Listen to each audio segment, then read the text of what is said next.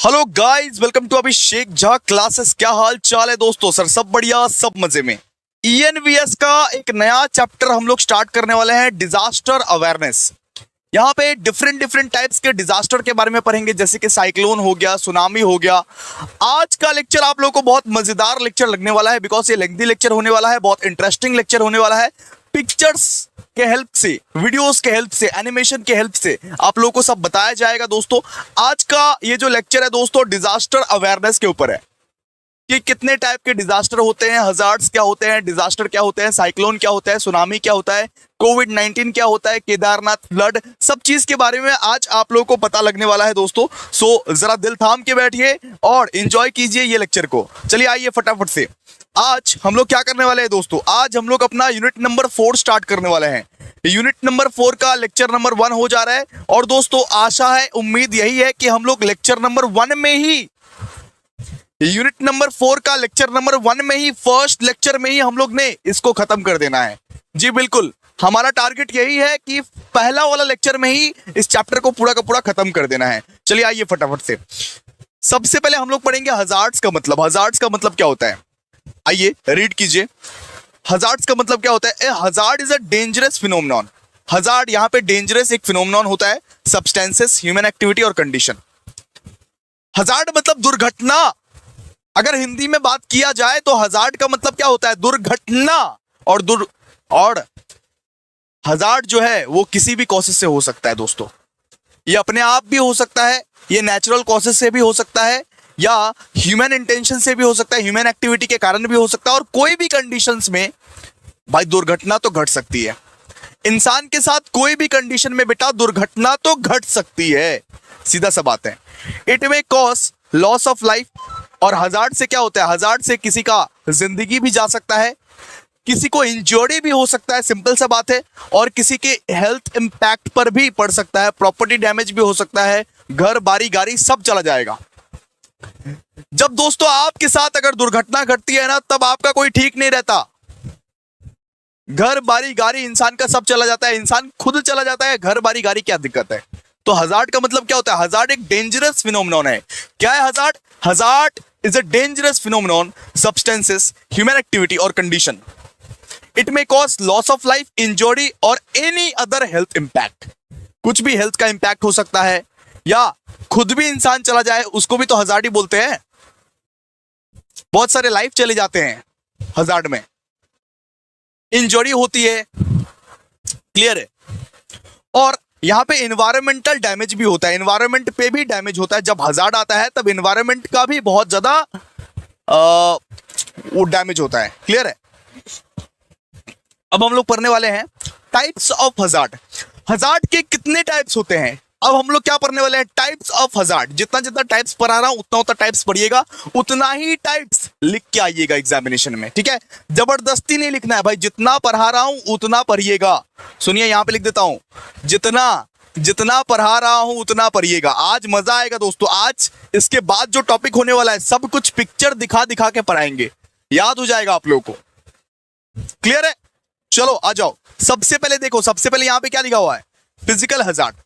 Physical hazard मतलब क्या होता है? फिजिकल हजार्ड मतलब मान लीजिए नॉइस रेडिएशन की वजह से अगर कुछ हजार्ड आया है, बहुत जोर जोर से गाना बज रहे हैं, उस वजह से नॉइस रेडिएशन निकल रहे हैं, उस वजह से कुछ दुर्घटना घटी है, या एक्सट्रीम टेम्परेचर की वजह से, मान लीजिए बहुत ज्यादा टेम्परेचर आ गया है, इस वजह से कुछ दुर्घटना घटी है, या मशीनरी की वजह से, या कुछ इंडस्ट्रियल वाले चीजों की वजह से कुछ अगर हो रही है, तो उसको हम लोग क्या बोलते हैं? Physical hazard. Physical hazard.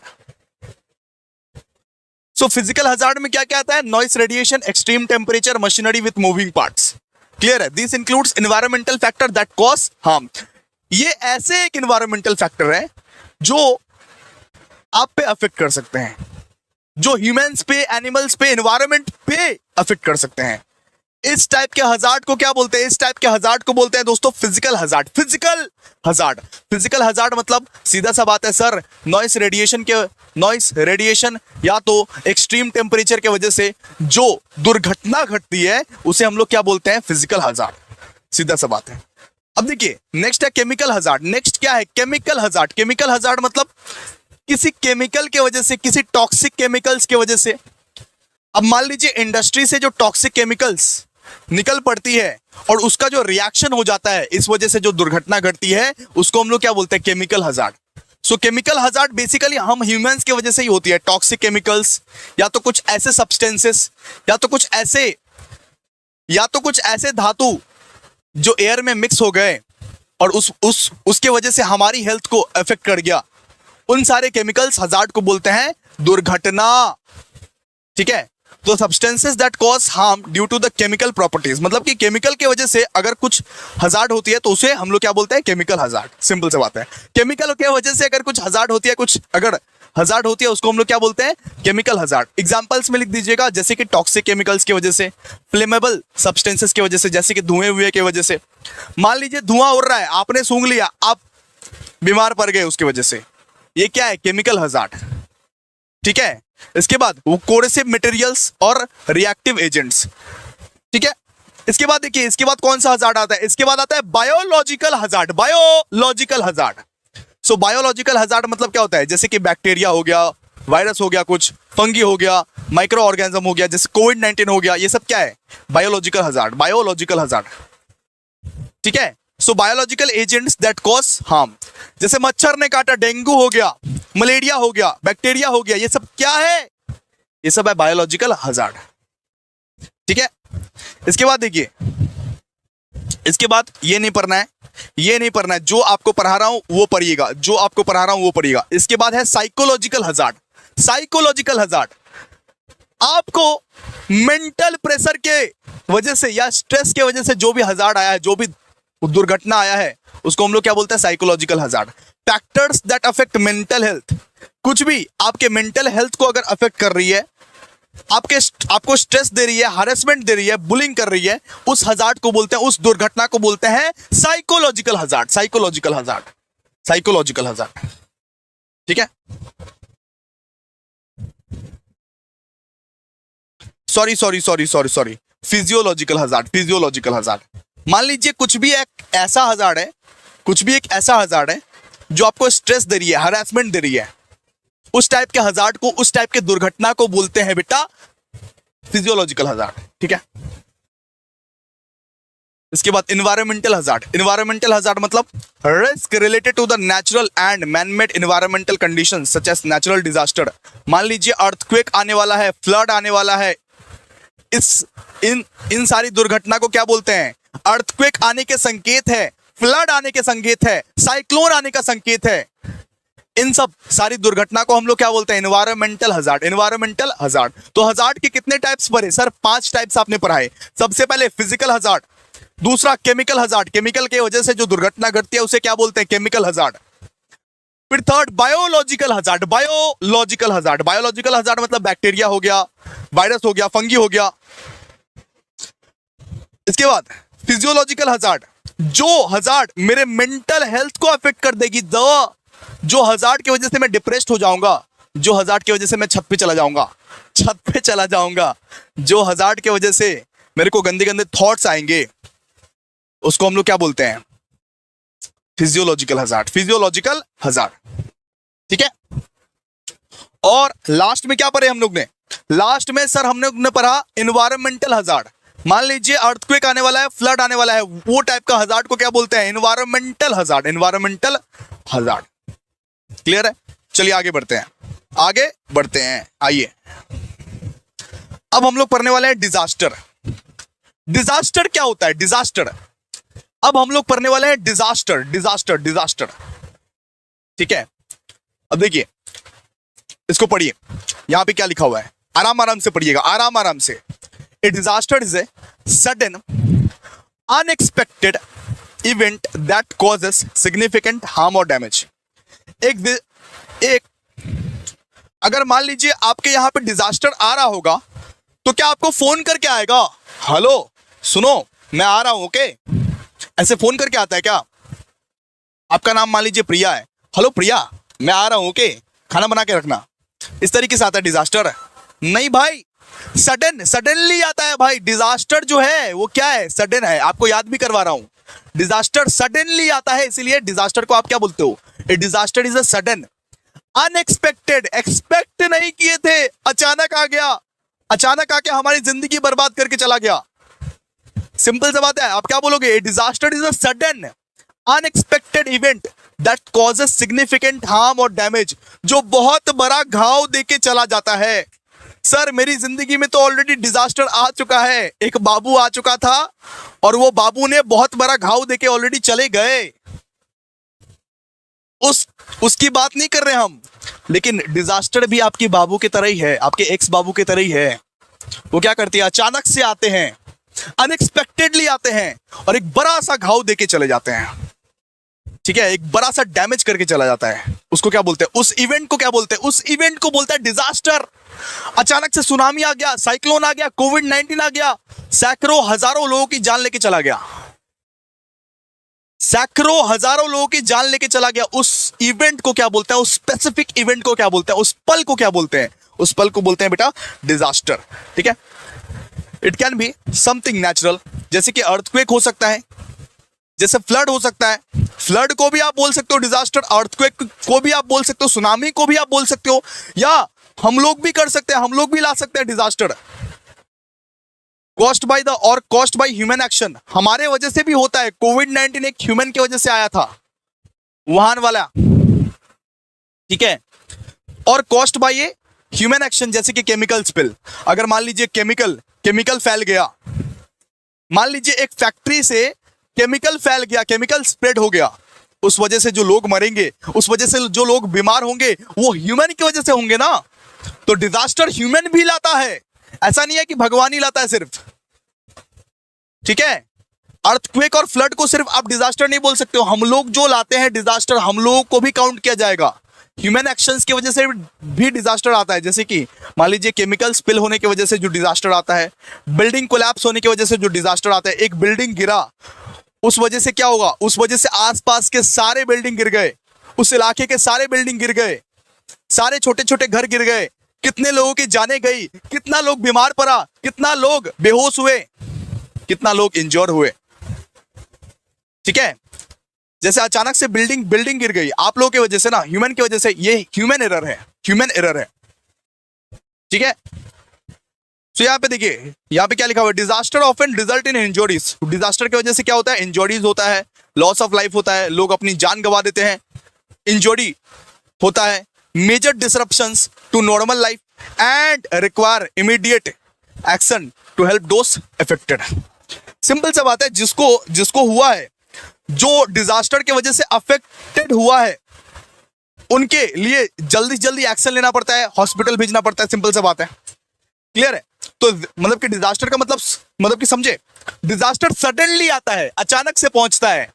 और डिजास्टर क्या होता है? अनएक्सपेक्टेड होता है बेटा, अनएक्सपेक्टेड, जो एक सिग्निफिकेंट, जो एक बड़ा सा हार्म करके जाता है, जो एक बड़ा सा हार्म करके जाता है आपके लाइफ में, बड़ा सा घाव देके जाता है दोस्तों। इसकी वजह से कितने सैकड़ों लोग मर जाते हैं, बेहोश हो जाते हैं, इंजोर हो जाते हैं।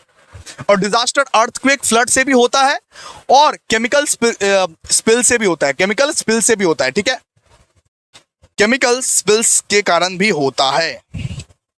ठीक है, इतना आप लोग पढ़िए, रीड करो, रीड करने के लिए बोला हूं मैं, रीड करो।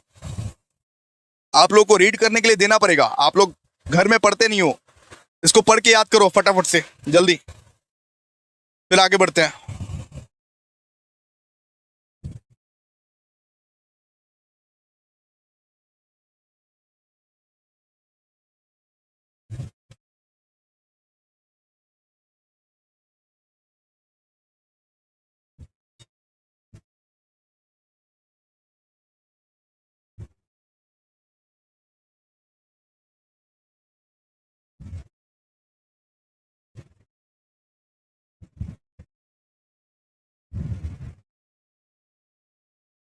भाई पढ़िए, रीड करिए, रीड करने बोला हूं, डिजास्टर को पढ़ने बोला हूं, डिजास्टर को याद करिए जल्दी।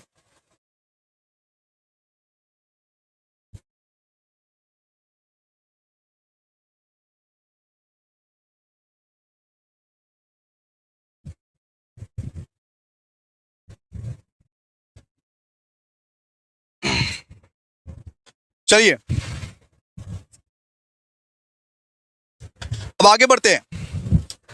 अब हम लोग पढ़ेंगे रिस्क किसको बोलते हैं। रिस्क भैया, रिस्क है तो इश्क है, रिस्क किसको बोलते हैं भैया। रिस्क का बात यहां पे नहीं बोला है, डिजास्टर मैनेजमेंट के कंटेक्स्ट में रिस्क किसको बोलते हैं इस चीज के बारे में पढ़ेंगे। इन the context of disaster management risk किसको बोलते हैं, रिस्क क्या होता है। सुनिए यहां पे क्या दिया हुआ है, in the context of disaster management risk refers to the likelihood और the probability of the disaster occurring and the potential impact it could have on people, property and environment. मतलब कितना परसेंट चांस है कि disaster आएगा, इसको बोलते हैं risk. कितना परसेंट चांस है कि ये डिजास्टर आएगा और ये क्या क्या बर्बाद करेगा। फ्यूचर में आने वाला डिजास्टर को हम लोग अभी रिस्क बोलते हैं। कितना परसेंट रिस्क है कि अर्थक्वेक आएगा, कितना परसेंट रिस्क है कि फ्लड आएगा। जब कुछ आने वाला रहता है, जब कोई तूफान आने वाला रहता है वेस्ट बंगाल में, तब यहां पे सीएम वीएम बोलती है ना, कितना परसेंट चांस है। हर एक न्यूज चैनल का हेडलाइन बना होता है कि कितना परसेंट चांस है कि वेस्ट बंगाल में ये तूफान आएगा, वेस्ट बंगाल में ये तूफान आएगा। उसको हम लोग क्या बोलते हैं, रिस्क। उसको हम लोग क्या बोलते हैं बेटा, रिस्क। मतलब वो क्या क्या बर्बाद कर देगा, कहां कहां बर्बाद कर देगा, कितना बड़ा तूफान है, कितना भयंकर तूफान है, ये सब चीज को हम लोग क्या बोलते हैं, रिस्क। चांस क्या है, कितना कुछ बर्बाद करेगा, उसको हम लोग क्या बोलते हैं, रिस्क। रिस्क बोलते हैं, रिस्क बोलते हैं। In the context of disaster management risk refers to the likelihood और the probability of the disaster occurring and the potential impact. यानी सिंपल सा बात है कि डिजास्टर अगर आएगा तो क्या क्या बर्बाद कर देगा। आदमी बर्बाद करेगा, प्रॉपर्टी बर्बाद करेगा, एनवायरनमेंट बर्बाद करेगा, क्या क्या कितना बर्बाद कर देगा, उसको हम लोग क्या बोलते हैं, उसको हम लोग बोलते हैं risk. It involve accessing both the chance of the hazardous event happening and severity end of it consequences.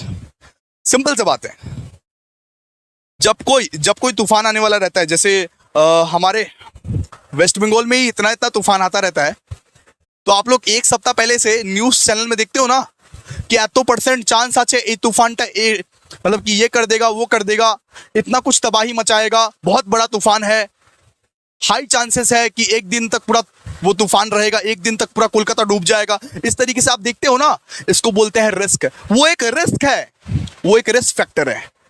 मतलब सीधा सा बात है, रिस्क मतलब अगर तूफान आएगा, अगर फ्लड आएगा तो क्या क्या बर्बाद करेगा, पीपल को बर्बाद करेगा, प्रॉपर्टी को बर्बाद करेगा, एनवायरनमेंट को बर्बाद करेगा, कितना परसेंट चांस है, कितना कुछ बर्बाद करके जा सकता है और कौन से एरिया में सबसे पहले अफेक्ट करेगा। इसका मतलब क्या होता है, रिस्क।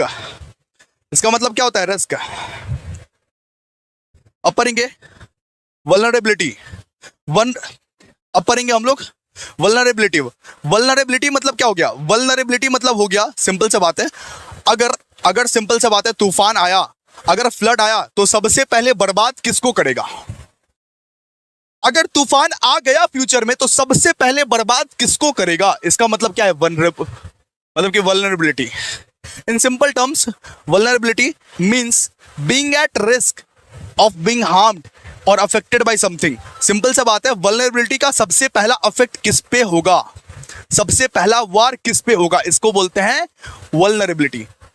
तूफान या साइक्लोन कुछ भी आया हमारे कंट्री में, हमारे देश में, हमारे राज्य में, तो सबसे पहला इसका इंपैक्ट किस पे आएगा, कौन सबसे पहले, किसका सबसे पहले डेथ होगा या किसको सबसे पहले सहना पड़ेगा, किसको सबसे पहले सामना करना पड़ेगा, इसको हम लोग बोलते हैं वल्नरेबिलिटी। ठीक है, it describe how easily someone और समथिंग कैन बी हर्टेड और नेगेटिवली इंपैक्टेड और ए प्रॉब्लम और डेंजर। सिंपल सा बात है, सुनो, अगर किसी का सीमेंट का बनाया हुआ घर है तो उन लोगों का चांसेस बचने का है, लेकिन अगर किसी का बांस का बनाया हुआ घर है, बांस का बनाया हुआ घर है, तो उनका चांसेस नहीं है, उनका चांसेस बहुत कम है। और उनका ज्यादा चांसेस है, सुनो, उनका चांसेस बहुत कम है जीने का, और उनका ज्यादा चांसेस है कि उनका घर पूरा तूफान में उड़ जाएगा। अगर किसी का सीमेंट का बना हुआ घर है, पूरा महल टाइप से है, तो सिंपल सा बात है, वो लोग बच जाएगा। कितना भी बड़ा बड़ा तूफान आए, वो लोग आसानी से बच जाएगा। अगर किसी का एक बांस का बना हुआ घर है, छोटा सा घर है, जैसे वो जैसे गांव में देखते हो ना, बिल्कुल वैसे ही, जैसे गांव में वो देखते हो ना, बिल्कुल वैसे ही। अगर किसी का मान लो बांस का बना हुआ घर है, तो सबसे ज्यादा डैमेज, सबसे ज्यादा अफेक्ट तो उन्हीं लोगों को करेगा ना। सबसे ज्यादा अफेक्ट किसको करेगा बेटा? सबसे ज्यादा अफेक्ट उन्हीं लोगों को करेगा। इसको बोलते हैं वल्नरेबिलिटी। वल्नरेबिलिटी मतलब किसको सबसे ज्यादा अफेक्ट करेगा? रिस्क है तो रिस्क किस पे सबसे ज्यादा है? अगर रिस्क है तो रिस्क किसको सबसे ज्यादा है? देखिए यहां पे लिखा हुआ है, for example people living in the poorly built houses are more vulnerable to damage from a storm because their homes are less likely to withstand strong winds or heavy rain. I hope आप समझ गए। I hope आप risk और vulnerability मतलब समझ गए। Vulnerability मतलब होगा, सिंपल सा बात है कि अगर तूफान आया, फ्लड आया, तो किसको सबसे पहले बर्बाद करेगा? किस चीज को सबसे पहले बर्बाद करेगा? इसको बोलते हैं वल्नरेबिलिटी। क्लियर है? चलिए आगे हम लोग पढ़ेंगे डिजास्टर क्लासिफिकेशन। डिजास्टर कितने प्रकार के होते हैं? ये बहुत ही लीस्ट इंपॉर्टेंट क्वेश्चन है, लेकिन फिर भी करके जाओ भाई। तुम प्रो बैच के हो, तुमको सब कुछ करवाऊंगा, सब कुछ A to Z करवाऊंगा, आ जाओ। Disaster classification. डिजास्टर क्लासिफिकेशन मतलब क्या होता है? सुनो, डिजास्टर क्लासिफिकेशन मतलब होता है कि डिजास्टर के कितने प्रकार होते हैं, कितने टाइप्स होते हैं। डिजास्टर के कितने प्रकार होते हैं, कितने टाइप्स होते हैं, इसको हम लोग क्या बोलते हैं? Disaster classification. सबसे पहले होता है नेचुरल डिजास्टर। क्या होता है सबसे पहले? Natural disaster. Natural disaster, natural disaster. Natural disaster मतलब ये जो नेचुरली जो दुर्घटना होती है उसको बोलते हैं नेचुरल डिजास्टर। नेचुरली जो दुर्घटना होती है, जो भगवान के करिश्मे से जो दुर्घटना होती है, उसको हम लोग क्या बोलते हैं? Naturally disaster. जैसे अर्थक्वेक हो गया, फ्लड हो गया, लैंडस्लाइड्स हो गया, ड्रॉट हो गया। मतलब ह्यूमन एक्टिविटीज की वजह से नहीं, ह्यूमन की वजह से नहीं, जो नेचुरली होती है, जो नेचुरली होती है, जिसको होनी है हमेशा, उसको बोलते हैं नेचुरल डिजास्टर। जैसे फ्लड हो गया, अर्थक्वेक हो गया, ये नेचुरली आती है ना, जब मन तब आ जाएगा, सडनली आ जाएगा, अनएक्सपेक्टेडली आ जाएगा, इसको क्या बोलते हैं? Natural disaster. ठीक है, यहां पे देखो, these occur due to the natural processes of the earth and can include. इसमें क्या क्या इंक्लूड है? इसमें क्या क्या इंक्लूड है एक बार पढ़ो। सबसे पहले इंक्लूड रहता है इसमें जियोफिजिकल। जियोफिजिकल मतलब होता है, जियोफिजिकल एक टाइप का नेचुरल डिजास्टर है। जियोफिजिकल में क्या क्या आता है देख लो पहले। जियोफिजिकल में आता है अर्थक्वेक्स आता है, वोल्केनिक इरप्शंस आता है, सुनामी आता है, ठीक है, हरिकेन्स आप लिख सकते हो। उसके बाद वो टॉर्नेडोस, घूमने वाला जो आता है, वो एकदम वो साइक्लोन वो आता है। अरे टॉर्नेडोस मतलब वो साइक्लोन टाइप का, ठीक है। और स्टॉर्म्स जो आता है, ये सब क्या है? जियोफिजिकल।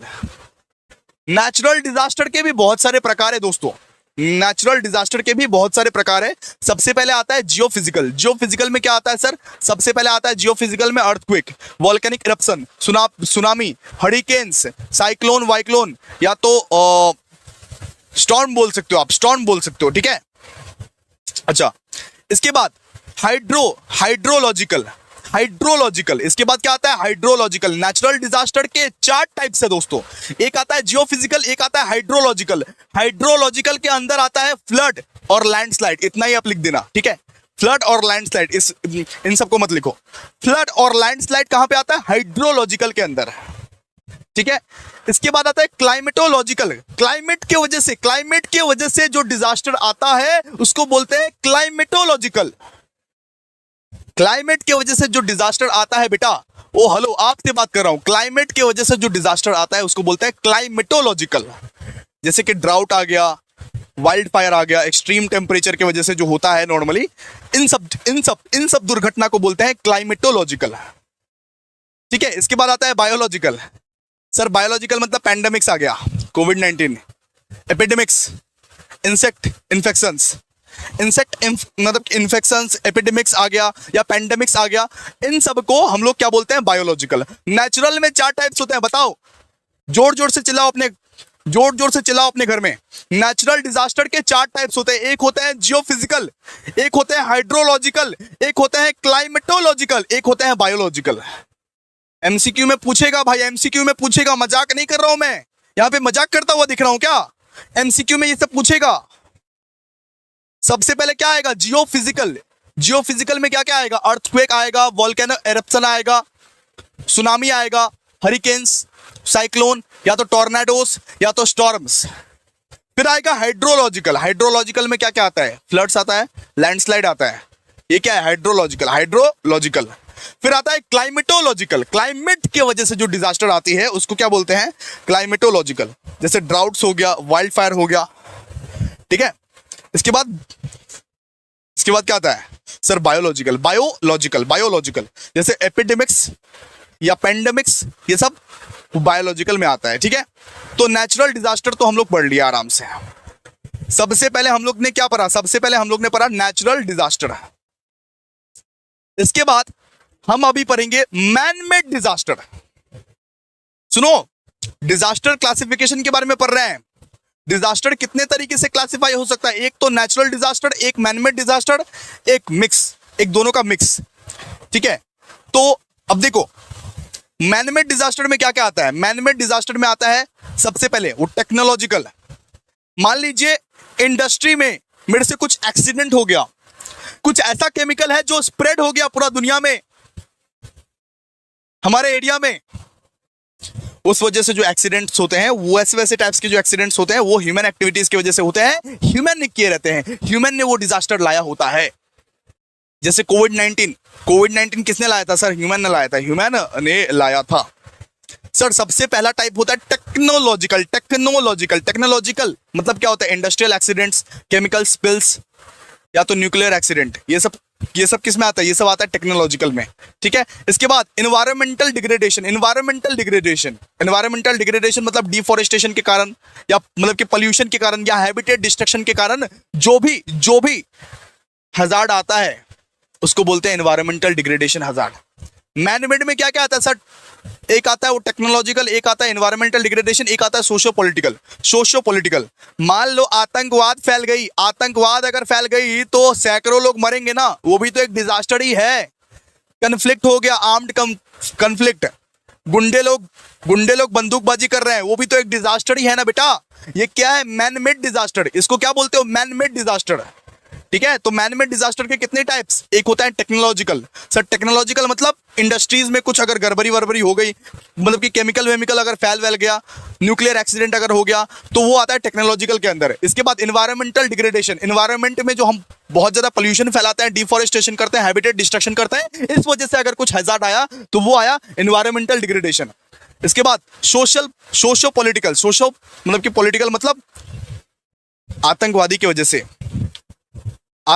वजह से अगर मान लो कि गोली वोली चली गई, उसके वजह से हुआ, तो उसको हम लोग क्या बोलते हैं, सोशल मतलब कि पॉलिटिकल्स।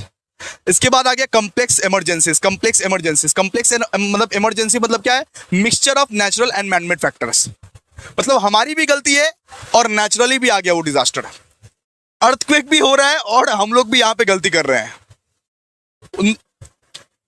मतलब कि इन दोनों के मिक्सचर को हम लोग क्या बोलते हैं, कम्प्लेक्स इमरजेंसीज, ठीक है। नॉर्मली दो ही टाइप के होते हैं, मतलब कि दो ही टाइप के होते हैं। कम्प्लेक्स तो कभी होता नहीं है कि हम लोग भी यहाँ पे कर रहे हैं, हम लोग भी यहाँ पे बंदूकें चला रहे हैं और वहां पे ये भी हो रहा है, नहीं, ठीक है।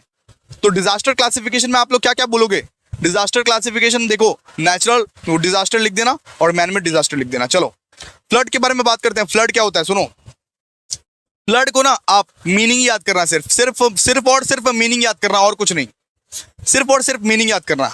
अच्छा इसका टाइप्स भी कर लेना, क्या पता है एमसीक्यू में पूछ ले। सीओ डेंजर है, सीओ बेटा डेंजर है। आ जाओ फ्लड्स के बारे में पढ़ते हैं। फ्लड्स क्या होता है, फ्लड्स के बारे में पढ़ते हैं, आ जाओ। यहां पे देखिए फ्लड क्या होता है, देखिए floods are the natural disaster that occurs when water inundates land that the typically डाइड। जब एक ड्राई लैंड पे पूरा वो पानी जम जाता है, अरे बारिश के समय में देखते हो ना, एकदम निचला एरिया में पानी पूरा जम जाता है, उस चीज को हम लोग क्या बोलते हैं, उस चीज को हम लोग बोलते हैं फ्लड। उस चीज को हम लोग क्या बोलते हैं, उस चीज को बोलते हैं फ्लड।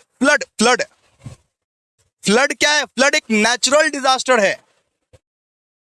एक गली मोहल्ले में आप देखते हो पानी वानी जम जाता है, उस जमने के वजह से कितना पोल्यूशन हो जाता है, कितने लोगों की जाने जाती है और कितना लोग बीमार पड़ जाते हैं, उस सिचुएशन को हम लोग क्या बोलते हैं बेटा, उस सिचुएशन को हम लोग क्या बोलते हैं, फ्लड।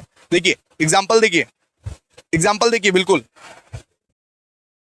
यहां पे देखिए गाड़ी पूरा डूब चुका है, 4 चक्का गाड़ी पूरा डूब चुका है, यहां पे देखिए बिल्कुल इसी इसी तरीके से फ्लड आती है, इसी तरीके से फ्लड आती है एक ड्राई एरिया में, एक ड्राई लैंड में, जो ड्राई लैंड बहुत ज्यादा निचला नीचे पड़ गया है, वहां पे पानी एकदम जम जाता है, वहां पे पानी एकदम क्या होता है, जम जाता है। उस चीज को हम लोग क्या बोलते हैं, उस चीज को हम लोग बोलते हैं फ्लड। फ्लड आ गई, बाढ़ आ गई, बाढ़। फ्लड मतलब क्या हो गया, बाढ़, बाढ़ आ गई। ठीक है, यहाँ पे क्या होता है, flood are the natural disaster that occur when the water inundates land that is typically डाइड। वो मतलब कि they can result from a variety of factors. Heavy rainfall की वजह से आता है, तूफान की वजह से आता है, जब तूफान आया रहता है उस वजह से भी आता है, सिंपल सा बात है। ठीक है, मान लीजिए एकदम मतलब कि बर्फ गिरा है, उस वजह से भी होता है, बर्फ गिरता है तो उस वजह से भी होता है, उस वजह से भी फ्लड आती है, उस वजह से भी बाढ़ आती है। और रिवर का अगर गति तेज हो जाता है, रिवर अगर ओवरफ्लो करता है, रिवर अगर वेव्स फेंकता है, हाईली वेव्स फेंकता है, उस वजह से भी होता है। तो overflow of rivers, lakes, dams के वजह से भी फ्लड आता है। हेवी रेनफॉल की वजह से भी फ्लड आता है, तूफान की वजह से भी फ्लड आता है। ठीक है, बहुत जो मतलब कि बड़े बड़े जो बाढ़ आते हैं उस वजह से क्या होता है, उस वजह से इतना सारा पानी जम जाता है। ठीक है, मेनली क्यों होता है, मेनली हेवी रेनफॉल की वजह से होता है। जब ज्यादा बारिश होती है, जब देखोगे आप 24 घंटे बारिश चल रही है एकदम तेज बारिश, फिर जाके फ्लड होने की संभावना ज्यादा होती है, फिर जाके फ्लड होती है। ठीक है, तो फ्लड किस किस कारणों से होती है दोस्तों, फ्लड होती है हेवी रेनफॉल के कारण से, स्टॉर्म के कारण से, इसके बाद स्नो आइस गिर रहा है ऊपर से, उस कारण से भी फ्लड होती है। रिवर्स, लेक्स, डैम्स का ओवरफ्लो जब हो जाता है, रिवर्स में से पानी जब ओवरफ्लो करने लगता है, लेक्स में से जब पानी ओवरफ्लो करने लगता है, उस वजह से भी होता है। ठीक है, तो फ्लड जो है ना, फ्लड के वजह से बहुत सारा इंसान को अपना जान से हाथ गंवाना पड़ता है, प्रॉपर्टी का डैमेज होता है, इंफ्रास्ट्रक्चर का डैमेज होता है, एग्रीकल्चर, जो लोग खेती वेती किए रहते हैं उनका फसल एकदम खराब हो जाता है फ्लड की वजह से। फ्लड की वजह से इंसान तो कम मरते हैं, ये ऑथेंटिक बात है, इंसान तो कम मरते हैं, लेकिन रिस्क तो रहता है ना भाई, एक दो भी इंसान तो मर सकते हैं ना। तो फ्लड की वजह से जाने जाती है, इंजरीज होती है, एग्रीकल्चर, इंफ्रास्ट्रक्चर, प्रॉपर्टी सब कुछ बर्बाद चल जाता है, घर गाड़ी बारी सब बर्बाद चल जाता है, किस वजह से, फ्लड की वजह से। तो 2 मार्क्स का आया तो लिख नहीं पाओगे आप, 2 मार्क्स का आया तो लिख नहीं पाओगे। अब देखो, अब शॉर्ट में आप लोगों को बोल देता हूं कि फ्लड का टाइप्स क्या क्या होता है। सुनो, फ्लड का बहुत सारा टाइप होता है। सबसे पहला टाइप होता है रिवर फ्लड। रिवर फ्लड सबसे पहला टाइप होता है रिवर फ्लड। रिवर फ्लड मतलब जब रिवर से पानी ओवरफ्लो करता है, उसको हम लोग बोलते हैं रिवर फ्लड। जब हेवी रेनफॉल की वजह से रिवर से पानी ओवरफ्लो करता है, ज्यादा बहने लगता है, तब हम लोग क्या बोलते हैं, रिवर फ्लड, उसको हम लोग क्या बोलते हैं, रिवर फ्लड।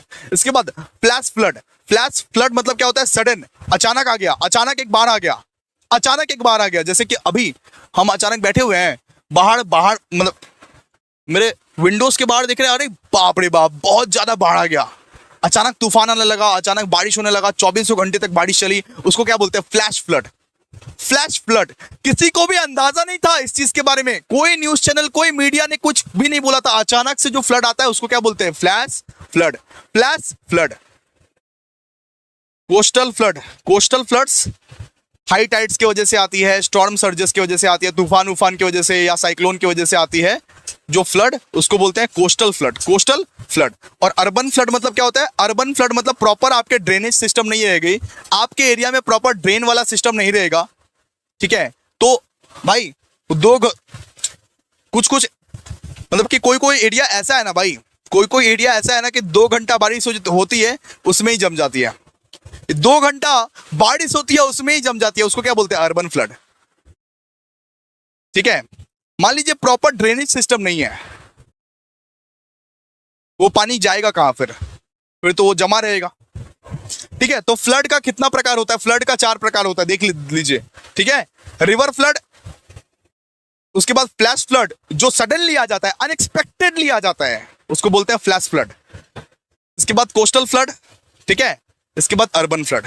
ठीक है, अब आगे बढ़ेंगे, आगे हम लोग पढ़ने वाले हैं अर्थक्वेक्स। अर्थक्वेक क्या होता है, अर्थक्वेक क्या होता है, देखिए अर्थक्वेक का भी इमेज दिखाएंगे आप लोगों को।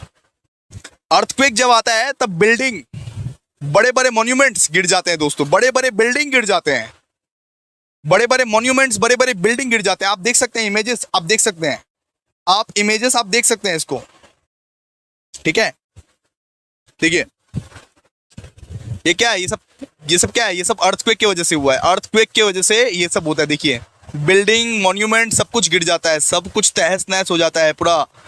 अर्थक्वेक की वजह से कितना कुछ हो सकता है, सोचिए। ठीक है, देखिए अब इसके बारे में पढ़ते हैं। ठीक है, अब इसके बारे में पढ़ते हैं, आइए। ये होता क्या है, यहां पे देखिए क्या लिखा हुआ है। An earthquake is a sudden, अरे एक मिनट यार, एक मिनट जरा मेरे को टाइम दीजिएगा। प्रॉब्लम क्रिएट हो जाता है जब अटक जाता है।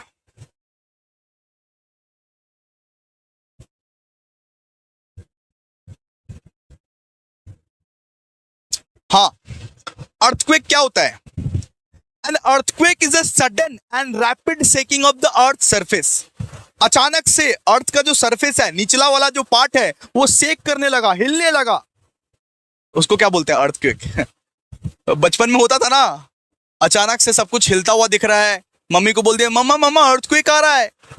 अर्थक्वेक मतलब क्या हो गया? अर्थ का जो सरफेस है अचानक से सडनली अनएक्सपेक्टेडली हिलना, मतलब हिलने लगता है, हिलने लगता है। Caused by the movement of the tectonics plate. वो टेक्टोनिक्स प्लेट्स के मूवमेंट से होता है। अर्थ क्रस्ट में जो टेक्टोनिक्स प्लेट्स है वो मूव करने लगता है, इस वजह से अर्थक्वेक आता है। ठीक है, this movement releases energy in the form of seismic, मतलब कि seismic waves which can cause the ground to shake and sometime result in significant damage. मतलब अर्थक्वेक जब आता है, अर्थक्वेक आने के बाद बहुत डैमेज करके जाता है, बहुत सारा डैमेज करके जाता है सर। बिल्डिंग बर्बाद करके जाता है, पूरा का पूरा इंफ्रास्ट्रक्चर बर्बाद करके जाता है, नेचुरल एनवायरनमेंट को बर्बाद करके जाता है, इंसान मर जाते हैं, इंसान को इंजरीज होती है अर्थक्वेक की वजह से। अर्थक्वेक मतलब क्या? सीधा सा बात है, अर्थ सरफेस ना रैपिडली अचानक से शेक करने लगता है, शेक करने लगता है, हिलने लगता है। जब धरती अचानक से हिलने लगती है उसको क्या बोलते हैं? अर्थक्वेक। ये क्यों होता है? जब tectonics plates, caused by the movement of the tectonics plates beneath the earth crust। ठीक है, तो बस 2 मार्क्स के लिए इतना काफी है, 2 मार्क्स के लिए इतना काफी है। बाकी खुद से भी ऐड कर सकते हो, खुद से भी कोई पॉइंट्स अगर आपको गूगल में मिल रहा है तो ऐड कर सकते हो, जो आपको इजी लगे वो लिख सकते हो आप, कोई दिक्कत नहीं है। इसलिए बोलता हूं अपने कॉपी में अपने हाथों से लिखो, खुद से भी कोई पॉइंट ऐड कर सकते हो। अगर आपको अर्थक्वेक के बारे में एक्स्ट्रा नॉलेज है तो लिख दो, क्या दिक्कत है, मार्क्स ही तो मिलेगा। ठीक है, इसके बाद हम लोग बात करेंगे साइक्लोन्स के बारे में। साइक्लोन्स देखिए, साइक्लोन्स का फोटो दिखाएं, आइए सबका फोटो लाएं। देखिए साइक्लोन्स, वो गोल चक्री जब आता है ना, सब उड़ा के लेके जाता है। जब साइक्लोन आता है तब बिल्डिंग, इंफ्रास्ट्रक्चर, आपको, आपके बच्चे को, सबको उड़ा के लेके चला जाएगा। ठीक है, क्या है ये? साइक्लोन है। आप देख सकते हैं इसका फोटो। जब ये गोल गोल चक्री आता है तब एकदम तहस नहस कर देता है लाइफ का। वैसे ही तहस नहस होके रखा है सर, इससे अच्छा आ ही जाए। दिल की बात बोल दी तुमने, चलो आ जाओ। Cyclones also known as tropical cyclone. Cyclone को क्या बोलते हैं? ट्रॉपिकल साइक्लोन बोलते हैं। जो एक सर्कुलर स्टॉर्म रहता है, सर्कुलर स्टॉर्म, तूफान आता है सर्कुलर वे में, ऐसे ऐसे घूमते तूफान आता है, इसको क्या बोलते हैं? साइक्लोन। सर्कुलर स्टॉर्म बोलते हैं इसको, सर्कुलर स्टॉर्म मतलब सर्कुलर तूफान, घूमने वाला तूफान। घूमने वाला तूफान को क्या बोलते हैं? साइक्लोन्स। सीधा सी बात है, सुनो होता कैसे है, क्या क्या होता है वो देखो जरा। साइक्लोन ऑल्सो नोन एज मतलब कि tropical cyclones are intense circular storms that originate over one tropical oceans and are characterized by the low atmospheric pressure. ये लो एटमॉस्फेरिक प्रेशर की वजह से होता है, ये लो एटमॉस्फेरिक प्रेशर की वजह से होता है। जब एटमॉस्फेयर में जब लो प्रेशर आता है तब जाके होता है ये सब चीज। जब हवा ज्यादा बहती है, जब ज्यादा ही विंड बह रही है, जब ये पवन देवता की ज्यादा कृपा होती है, जब विंड जो है वो ज्यादा गति से बहती है, हाई विंड होता है और हेवी रेन होता है, उस वक्त में साइक्लोन आता है। सर कैसे होता है सर? जब ज्यादा गति से हवा बहती है, जब हेवी रेन होता है, फिर जाके ये साइक्लोन आता है, फिर जाके ये साइक्लोन आता है। एटमॉस्फेयर में जब लो प्रेशर रहता है फिर जाके ये साइक्लोन आता है बेटा, फिर जाके ये साइक्लोन आता है। इसको हरिकेन भी बोला जाता है, इसको हरिकेन भी बोला जाता है। इसका दूसरा नाम बेटा हरिकेन है। They are called hurricane in the Atlantic and eastern Pacific ocean. Atlantic और ईस्टर्न पैसिफिक ओशन में इसको हरिकेन बोला जाता है, और टाइफून बोला जाता है वेस्टर्न पैसिफिक में, और टाइफून बोला जाता है वेस्टर्न पैसिफिक में। वेस्टर्न पैसिफिक में इसको टाइफून बोला जाता है, और Atlantic and eastern Pacific ocean में इसको हरिकेन बोला जाता है। क्लियर है? ओके। तो cyclones can cause extensive damage due to their strong winds. Cyclones जो है वो बहुत डैमेज कर सकता है, बिल्डिंग, इंफ्रास्ट्रक्चर, सब चीज को डैमेज कर सकता है, बहुत सारा जान ले सकता है। Cyclone can cause extensive damage due to strong winds, storm surges and heavy rainfall. बहुत ज्यादा बारिश होने लगती है जब साइक्लोन आता है। जब साइक्लोन आता है बहुत ज्यादा बारिश होने लगती है, बहुत तेज हवा बहने लगती है। ठीक है, इस वजह से जो डैमेज होता है ना, वो डैमेज कहने का नहीं है, बहुत ज्यादा डैमेज हो जाता है। अब पढ़ते हैं सुनामी।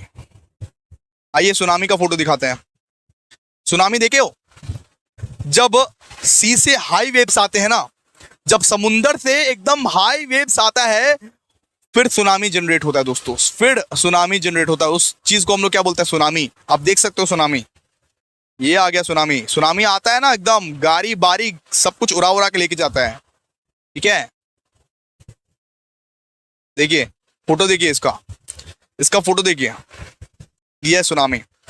जब एकदम हाई वेव्स आता है, उस पॉइंट को हम लोग क्या बोलते हैं? सुनामी। ठीक है, देखिए इसको पढ़िए। A tsunami is a series of large ocean waves generated by sudden powerful disturbances. एक मिनट,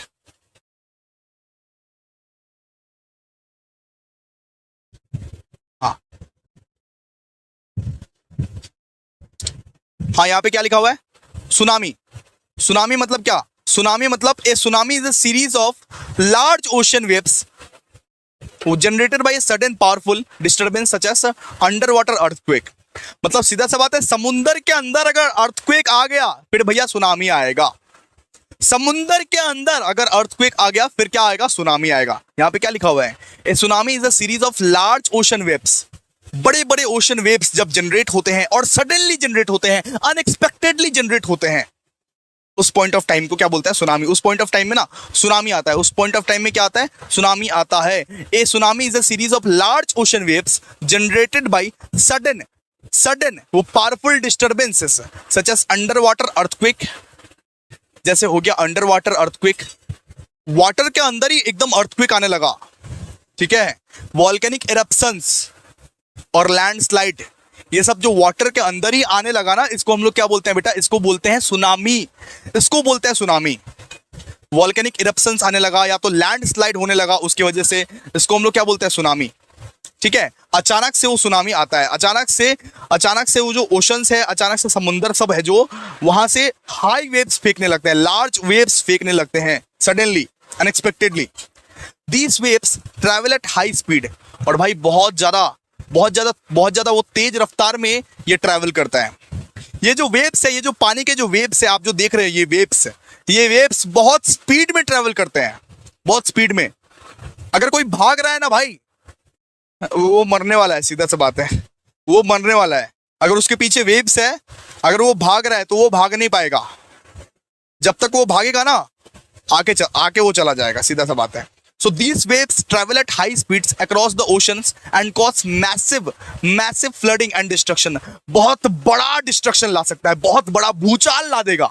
सुनामी जब आएगा ना, तब एकदम मैसिव फ्लडिंग आएगा, मैसिव फ्लडिंग और डिस्ट्रक्शन आएगा। ठीक है, unlike regular ocean waves, tsunami has long wave length. तो सीधा सा बात है, वेव्स तो बहुत आते रहते हैं, ऐसे वेव्स तो बहुत आते रहते हैं, लेकिन सुनामी का जो वेव्स है ना, मतलब कि सुनामी का जो वेव लेंथ होता है ना, वो बहुत ज्यादा हाई रहता है। ये बहुत डैमेज कॉज करता है, बहुत डैमेज। वहां के आसपास के जो घर बारी गाड़ी है, सब उड़ जाता है। क्लियर है? अब पढ़ेंगे लैंडस्लाइड्स। आइए, लैंडस्लाइड्स क्या होता है? देखिए, लैंडस्लाइड्स का भी फोटो दिखा दें। देखिए आप लोग, लैंडस्लाइड्स इसको बोलते हैं, अगर एक जगह का पूरा लैंड उखड़ चुका है, उसको हम लोग क्या बोलते हैं? लैंडस्लाइड्स। सीधा सा बात है। ये केरला के साइड में ज्यादा होता है, केरला के साइड में होता है, या मतलब जो माउंटेन वाला एरियाज है ना, माउंटेन वाला एरियाज जहाँ पे माउंटेन ज्यादा रहते हैं वहां पे ज्यादा होता है लैंडस्लाइड्स। ठीक है, यहाँ पे क्या होता है, a landslide is the movement of the rock, soil and debris down a slope due to the gravity. मतलब रॉक सॉइल सब चला जाएगा लैंड से अंदर नीचे, तो उसको हम लोग क्या बोलते हैं, landslide. This can happens because of the heavy rain. ये हेवी रेन की वजह से होता है, जब ज्यादा बारिश होती है तब लैंडस्लाइड होता है, सीधा सा बात है। अर्थक्वेक की वजह से होता है, वोल्केनिक एक्टिविटी की वजह से होता है, और ह्यूमन एक्टिविटी की वजह से होता है। ह्यूमन एक्टिविटी की वजह से भी लैंडस्लाइड होता है, जैसे कि डिफोरेस्टेशन, और काटो पेड़, जितना जितना काटोगे पेड़ उतना लैंडस्लाइड्स होगा। ठीक है, उतना लैंडस्लाइड्स होगा। लैंडस्लाइड्स कैन बड़ी रोड्स, ठीक है, रोड्स को जला सकता है लैंडस्लाइड्स, रोड्स को जला सकता है, घर को जला सकता है, फील्ड्स को जला सकता है। ठीक है, causing damage and posting serious risk to people and property। घर, गाड़ी, बारी एकदम सीरियस रिस्क में आपका। ठीक है, लैंडस्लाइड जब होता है तब इसका मतलब क्या होता है, इसका मतलब वहां का जो रॉक सॉइल है वो सब मूव कर गए हैं। ये क्यों होता है, ये हेवी रेन की वजह से होता है। जब बहुत ज्यादा बारिश होती है तब जाके लैंडस्लाइड होता है। अब देख सकते हो ना आप, फोटो एक बार देखो ना कि क्या क्या होता है लैंडस्लाइड। लैंडस्लाइड मतलब सीधा सा बात है, पत्थर वहां से गिर जाना, जहां पे पत्थर था वहां से नीचे गिर जाना पत्थर, उसको हम लोग क्या बोलते हैं, लैंडस्लाइड। ठीक है, ये ना आप देखोगे माउंटेन वाला इलाका में ज्यादा होता है लैंडस्लाइड जो होता है ना, वो माउंटेन वाला इलाका में या पहाड़ी इलाका में ज्यादा होता है वो। ठीक है, ज्यादा होता है ये। इससे क्या होता है, इससे रोड्स, होम्स, फील्ड, हर जगह बर्बाद हो जाता है। हर जगह लैंडस्लाइड की वजह से हर जगह बर्बाद हो सकता है, हर जगह जल सकता है। ठीक है, इससे मतलब कि पीपल लोग भी मर जाते हैं, प्रॉपर्टीज भी डैमेज हो जाती है, बहुत डैमेज होता है इससे, बहुत डैमेज हो सकता है इससे। ठीक है, अब पढ़ेंगे manmade disaster.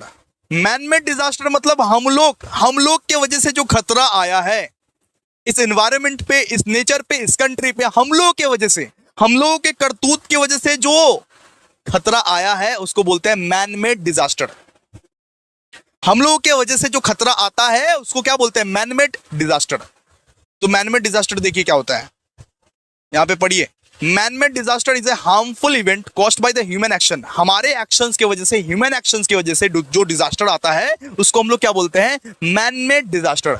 Whether it is intentional और एक्सीडेंशियल, यानी कि हम लोग या तो इंटेंशनली करते हैं या तो अनइंटेंशनली करते हैं, जो भी करते हैं हमारे वजह से जो डिजास्टर क्रिएट होता है उसको हम लोग क्या बोलते हैं बेटा, manmade disaster. Manmade disaster this includes things like industrial accident, या तो केमिकल स्पिल्स, न्यूक्लियर एक्सीडेंट या पोल्यूशन।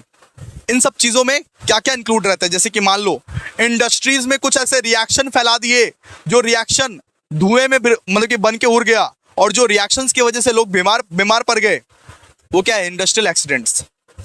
या तो कुछ केमिकल वेमिकल का लोचा है, इंडस्ट्रीज में कुछ ऐसे गड़बड़ी कर दी, कुछ ऐसे केमिकल्स वाटर में मिल गई और लोग वही पानी पी लिए, इस वजह से जो रिएक्शंस आता है, वो जो हजार्ड आता है, वो जो मतलब कि खतरा आता है, उसको हम लोग क्या बोलते हैं, मैनमेड डिजास्टर। ठीक है, ये सब क्यों होता है, ये सब होता है इंडस्ट्रियल एक्सीडेंट की वजह से, केमिकल स्पिल्स की वजह से, न्यूक्लियर एक्सीडेंट की वजह से, और पॉल्यूशन। ठीक है, unlike natural disaster which came from nature, man-made disaster result from the mistakes or failure। man-made disaster क्यों होता है, मिस्टेक से।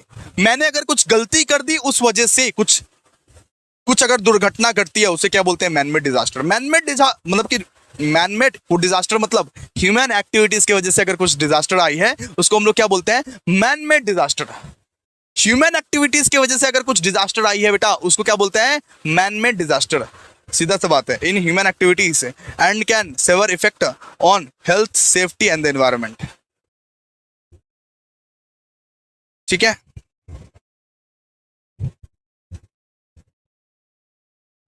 आइए अब आपको ना केस स्टडी सुनाता हूं। बहुत सारा केस स्टडीज है, केस स्टडी सुनाता हूं। या इसको नेक्स्ट क्लास करें, छोड़ो इसको नेक्स्ट क्लास करते हैं। ठीक है, आज इतना तक ही बढ़ते हैं। नेक्स्ट क्लास वाला वीडियो आज रात तक या कल सुबह तक आ जाएगा, जल्दी ही आएगा, जल्दी ही आएगा, आप टेंशन मत लो, जब भी आएगा जल्दी आएगा। सो थैंक यू सो मच, मिलते हैं नेक्स्ट वीडियो में, तब तक बाय। ब्रेक ले लो अभी एक मजा से। सो चैप्टर नंबर 4 भी आज खत्म कर लेंगे, अभी नेक्स्ट पार्ट में ही चैप्टर नंबर 4 हम लोग खत्म कर लेंगे, और चैप्टर नंबर 5 भी जल्दी ही खत्म करने की कोशिश करेंगे। So thank you so much guys. Hello guys, welcome to Abhishek Jha classes. क्या हाल चाल है दोस्तों? सर सब बढ़िया, सब मजे में। कैसे हो आप सब? आज हम लोग करने वाले हैं ENVS का चैप्टर नंबर 4 का लेक्चर नंबर 2। जी बिल्कुल जोश में स्टार्ट करेंगे, इसीलिए चिल्ला चिल्ला के बोल रहा हूं आप लोगों को। आज हम लोग करेंगे यूनिट नंबर 4 का लेक्चर नंबर 2, और आज भाई बहुत सारा डिजास्टर्स के बारे में पढ़ेंगे। ये जो इतनी बड़ी दुनिया है, इसमें कितनी कितनी दुर्घटना होती रहती है, पॉपुलर दुर्घटना के बारे में पढ़ेंगे। जैसे एग्जांपल कोविड-19, जैसे एग्जांपल भोपाल गैस डिजास्टर। आपके सिलेबस में बहुत सारे डिजास्टर्स को कवर किए हैं केस स्टडी बेस्ड, तो उनको पढ़ना है, और वो 5-5 मार्क्स के आ सकते हैं। जी बिल्कुल 5-5 मार्क्स के पूछ सकते हैं, इसीलिए आपको करना है, ठीक है। तो आज बहुत सारा डिजास्टर के बारे में पढ़ेंगे, बहुत सारा दुर्घटना के बारे में हम लोग पढ़ने वाले हैं। सबसे पहला जो डिजास्टर के बारे में पढ़ने वाले हैं, लेडीज एंड जेंटलमैन स्वागत कीजिए, मीनामाता डिजास्टर। एक बहुत ही बड़ा दुर्घटना, जहां पे करीब एक बहुत ही बड़ा दुर्घटना के बारे में पढ़ने वाले हैं, जहां पे करीब 900 लोग मर गए थे। जिस दुर्घटना के वजह से 900 लोग मरे थे और 2000 लोग अपंग बन गए थे, यानी हैंडीकैप बन गए थे, डिसेबल हो गए थे। न्यूरोलॉजिकल डैमेज हो गया था, दिमाग में डैमेज हो गया था, दिमाग खराब हो गया था उनका ये दुर्घटना के बाद। और बिल्कुल हमारे वजह से हुआ था, यानी हम इंसानों के वजह से हुआ था ये चीज।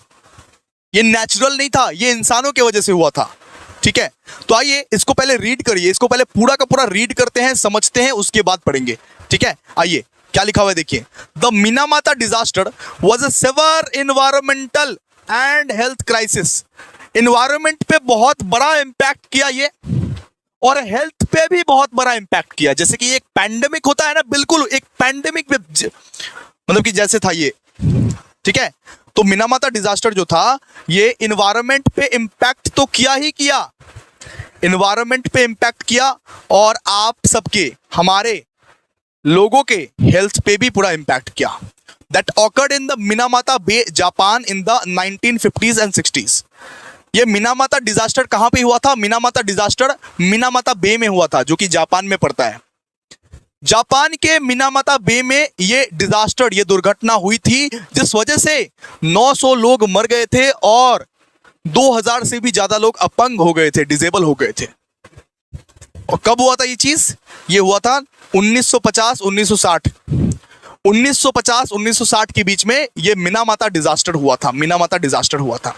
ये क्यों हुआ था सर? क्यों हुआ था? हुआ इसीलिए था क्योंकि ये जो मर्क्यूरी है ना, मर्क्यूरी, ये जो मर्क्यूरी लिक्विड है ना, ये क्या हुआ था कि एक केमिकल फैक्ट्री से मर्क्यूरी लिक्विड का रिलीज हो गया था, और वो मर्क्यूरी लिक्विड जो था वो एक महासागर में जाके गिर पड़ा। अरे समंदर में जाके पूरा मिक्स हो गया, और वही मर्क्यूरी लिक्विड को फिश ने सेवन कर लिया, और जो लोग भी फिश खाए उनका बैंड बज गया। जो लोग भी वो मछली को खाए, या तो वो अपंग हो गए, या तो उनका डैमेज हो गया, या तो वो डिसेबल हो गए, या तो वो पूरा तरीके से डिसेबल हो गए, या तो वो अपंग हो गए, या तो वो मर गए। बहुत बड़ा डिजास्टर हुआ था, बहुत बड़ा डिजास्टर, ठीक है। यहां पे देखिए, यहां पे क्या लिखा हुआ है, the mercury contaminated the water. ये जो मर्क्यूरी था, ये पूरा का पूरा गंदा कर दिया पानी को। ये मर्क्यूरी जो था, ये पूरा का पूरा पानी को गंदा कर दिया, और फिश जो था उसी पानी का सेवन कर लिया, सिंपल सी बात है। और जब लोगों ने फिश को खाया, जब उन लोगों ने फिश को खाया, जब वहां के एरिया के लोगों ने वो फिश को खाया, उसके बाद क्या हुआ? उसके बाद उन लोगों को एक डिजीज होने लगा, एक बीमारी होने लगा। उसका नाम है दोस्तों मीनामाता डिजीज। मीनामाता डिजीज, मीनामाता डिजीज की वजह से क्या होने लगा कि उन लोगों का न्यूरोलॉजिकल डैमेज, यानी कि दिमाग खराब हो गया उन लोगों का, ठीक है।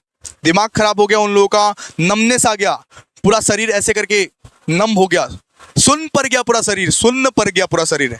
उन लोगों को विजन प्रॉब्लम आने लगा, उन लोगों को हेयरिंग लॉस होने लगा। आधे से ज्यादा लोग तो पूरा अपंग हो गए, और कुछ लोग मर भी गए। जैसे 900 लोग मर गए, यहाँ पे आप देख सकते हैं 900 peoples died from the disease. And 2000 people were permanently disable हो गए। 2000 लोग परमानेंटली डिसेबल हो गए। हेयरिंग लॉस है, मतलब कि सीधा सा बात है, कान से सुनना बंद कर दिए, आंख से देखना बंद कर दिए इस चीज के बारे में। तो हुआ यूं था सर, क्या हुआ था? सिंपल सा बात है, केमिकल फैक्ट्री से मर्क्यूरी का रिलीज हुआ और मर्क्यूरी वाटर में चला गया, और वाटर में जाते ही वो मर्क्यूरी गैस पूरा वाटर को गंदा कर दिया, और फिश ने उसी चीज को पिया, और हम लोग ने फिश खाया, और जिस लोगों ने भी फिश खाया, जिस लोगों ने भी वो माछ खाया, मछली खाया, उन लोगों को क्या हो गया? उन लोगों को एक मिनामाता डिजीज नाम का डिजीज हो गया, बीमारी हो गया। मिनामाता डिजीज नाम का एक बीमारी हो गया, जहां से उन लोगों को क्या पता चला सर? न्यूरोलॉजिकल डैमेज हो गया। उन लोगों का पूरा दिमाग भी डैमेज हो गया, हेयरिंग लॉस प्रॉब्लम होने लगा, मतलब कान से सुनाई नहीं दे रहा था, आंख से दिखाई नहीं दे रहा था। बहुत लोग तो मर भी गए और बहुत लोग डिसेबल भी हो गए। ठीक है, तो यहाँ पे लास्ट में क्या लिखा हुआ है? यहाँ पे लास्ट में लिखा हुआ है the disaster led to a significant public health crisis. ये बहुत ही बड़ा एक सिग्निफिकेंट पब्लिक हेल्थ का विचार हो गया था। ठीक है, and highlighted the dangers of the industrial pollution से, मतलब इंडस्ट्रीज के वजह से क्या क्या डेंजरस सिचुएशन का हम लोग को सामना करना पड़ सकता है, इस चीज को यहाँ पे दर्शाया गया है। इंडस्ट्रीज के वजह से क्या क्या हम लोग को डेंजरस सिचुएशन का सामना करना पड़ सकता है, इस चीज को यहाँ पे दर्शाया गया है, दिखाया गया है। It is also prompted Japan to improved environmental regulation. Japan को यहाँ पे बोला गया कि इन्वायरमेंटल रेगुलेशंस को सुधारो, लोगों को वेस्ट को मैनेज करना सिखाओ। जापान को बोला गया कि इन्वायरमेंटल रेगुलेशंस को सुधारो, वेस्ट को मिनिमाइज कराओ, वरना ये तो बर्बाद कर देंगे सब कुछ। ठीक है, तो मिनिमम, तो यहां पे आप लोगों ने पढ़ लिया इस, ठीक है, तो इसका नाम क्या है? मिनामाता डिजास्टर। मिनामाता डिजास्टर मतलब क्या हुआ सर? मिनामाता डिजास्टर ऐसे हुआ था कि जापान के मिनामाता बे में 1956, मतलब कि 1950-1960s के आसपास हुआ था, और ये यूं हुआ था कि एक केमिकल फैक्ट्री से मर्क्यूरी रिलीज हुआ था, और वो मर्क्यूरी वाटर में जाके मिल गया था, वाटर को पूरा गंदा कर दिया था, और वही वाटर को फिश ने खा लिया, और फिश को वहां के लोगों ने खा लिया, फिश को वहां के लोगों ने खा लिया। उसके बाद क्या हुआ? उसके बाद उन लोगों को एक डिजीज हो गया, उसका नाम क्या है? मिनामाता डिजीज। और उस डिजीज की वजह से उन लोगों को हेयरिंग लॉस होने लगा, नमनेस होने लगा। ठीक है, हेयरिंग लॉस होने लगा, विजन, आंख की रोशनी चली गई, कानों से सुनाई नहीं दे रहा था उन लोगों को। इस चक्कर में मतलब कि कम से कम 900 लोग मारे गए और 2000 लोग परमानेंटली डिसेबल हो गए। ठीक है, 900 लोग मारे गए और 2000 लोग परमानेंटली यहाँ पे डिसेबल हो गए। इस पर्टिकुलर डिजीज को क्या बोलते हैं? इस पर्टिकुलर डिजास्टर को क्या बोलते हैं? मिनामाता डिजास्टर। मिनामाता डिजास्टर। ठीक है, चलिए आइए अब आगे पढ़ेंगे हम लोग Bhopal gas disaster. Bhopal gas disaster जो कि हमारे भोपाल में ही हुआ था दिसंबर 3, 1984 में। 1984 में हुआ था एक डिजास्टर जिसका नाम क्या है? Bhopal gas disaster. ये क्या था? देखिए, the Bhopal gas disaster which awkward on December 3, 1984। ये कब हुआ था बताइए भाई? 3 दिसंबर को हुआ था 1984 को, यानी 1984 को हुआ था। One of the worst industrial accidents in history, यहां पे लिखा गया है, ये one of the worst industrial accident है हिस्ट्री का। In Bhopal India a pesticide plant operated by the Union Carbide release a toxic gas. एक गैस रिलीज कर दिया था। इनमें क्या हुआ था कि भोपाल में एक पेस्टिसाइड प्लांट था जिसको ऑपरेट कौन कर रहा था? जिसको ऑपरेट कर रहा था यूनियन कार्बाइड। ठीक है, उसने एक टॉक्सिक गैस रिलीज कर दिया जिसका नाम है मिथाइल आइसोलिएट। ठीक है, एयर में भाई गैस रिलीज कर दिया था। सुनो, गैस रिलीज कर दिया था जिसका नाम क्या था? मिथाइल आइसोलिएट। ठीक है, हवा में ये गैस रिलीज कर दिया था। इस वजह से क्या हुआ? इस वजह से बहुत सारे लोगों को मरना पड़ा। 2000 लोग करीब मर गए इस वजह से। इस गैस के रिलीज हो जाने के बाद क्या हुआ? भोपाल गैस ट्रेजेडी इसको बोलने लगा लोग। ये ह्यूमन एरर की वजह से हुआ। ये क्यों हुआ? This happened due to contamination of poor safety measures. वहां के लोग सेफ्टी मेजर्स नहीं लिए हुए थे, इसलिए हुआ। इक्विपमेंट भी फेल हो गया था, इसी वजह से हुआ। और ह्यूमन एरर की वजह से भी हुआ। ह्यूमन भी कुछ मिस्टेक किए थे। वहां इंडस्ट्री में जो काम कर रहे थे, वो जो फैक्ट्री में जो काम कर रहे थे, वो जो प्लांट में जो काम कर रहे थे, वो लोग भी मिस्टेक किए थे। ह्यूमन एरर की वजह से भी हुआ। So this happened due to contamination of the poor safety measures. वहां के लोग बहुत पुअर सेफ्टी मेजर्स कर रहे थे, ठीक है, सेफ्टी मेजर्स कुछ लिए नहीं थे वहां के लोग, इक्विपमेंट फेल कर गया, वो मशीन काम नहीं कर रहा था, और ह्यूमन एरर की वजह से भी ये हुआ। ये गैस पूरा का पूरा सिटी में बहुत जल्दी फैल गया। ये पूरा का पूरा जो गैस था, ये मिथाइल जो गैस निकला था, ये पूरा का पूरा सिटी में बहुत जल्दी फैल गया, और इस वजह से 2000 लोग मारे गए। 2000 लोग कुछ ही दिन में मारे गए, कुछ ही दिन में मारे गए। और सबको आई डैमेज होने लगा, रेस्पिरेटरी इश्यूज होने लगा, मतलब सांस लेने में दिक्कत हो रहा था, आई डैमेज होने लगा इस वजह से, इस पूरा गैस की वजह से, ठीक है। And many more suffered from the severe health problem like respiratory issues and eye damage होने लगा, रेस्पिरेटरी इश्यूज होने लगा इस वजह से, भोपाल गैस डिजास्टर की वजह से, ठीक है। So this disaster had long term effect and ongoing health problem and environmental damage for the local community. मतलब सीधा सा बात है, ये डिजास्टर की वजह से बहुत लंबे समय तक इन लोगों को भोगना पड़ा, इन लोगों को सहन करना पड़ा, भोपाल के लोगों को भोगना पड़ा। ये लॉन्ग टर्म इफेक्ट था, और बहुत अभी भी इनफैक्ट अभी भी बहुत लोगों को हेल्थ प्रॉब्लम है इस चीज की वजह से। भोपाल गैस डिजास्टर की वजह से अभी भी वो लोग अगर जिंदा होंगे, जो लोग शिकार हुए थे भोपाल गैस डिजास्टर का, अभी भी उन लोगों को हेल्थ प्रॉब्लम होता है, ठीक है।